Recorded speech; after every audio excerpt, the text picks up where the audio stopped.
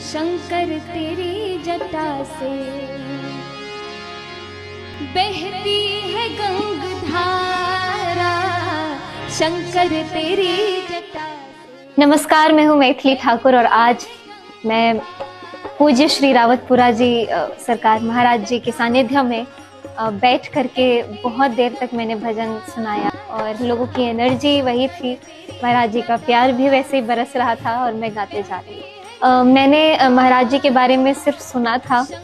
लेकिन कभी उनसे पहले मिली नहीं थी, लेकिन आज जब मैं पहली बार उनके पास जैसे ही मैं गई तो वो खुद खड़े हो गए और खुद वो झुक करके प्रणाम करने लगे। और ऐसा कभी नहीं देखा मैंने कि कोई भी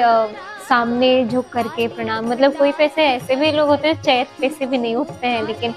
उनकी जो ये काइंडनेस और उनका जो ये विनम्र स्वभाव देख करके मैं बहुत ही आश्चर्यचकित भी थी। और मुझे बड़ा मन है कि मैं फिर से महाराज जी को मिलूं और रावतपुरा जाऊं और वो मुझे वहाँ बुलाए।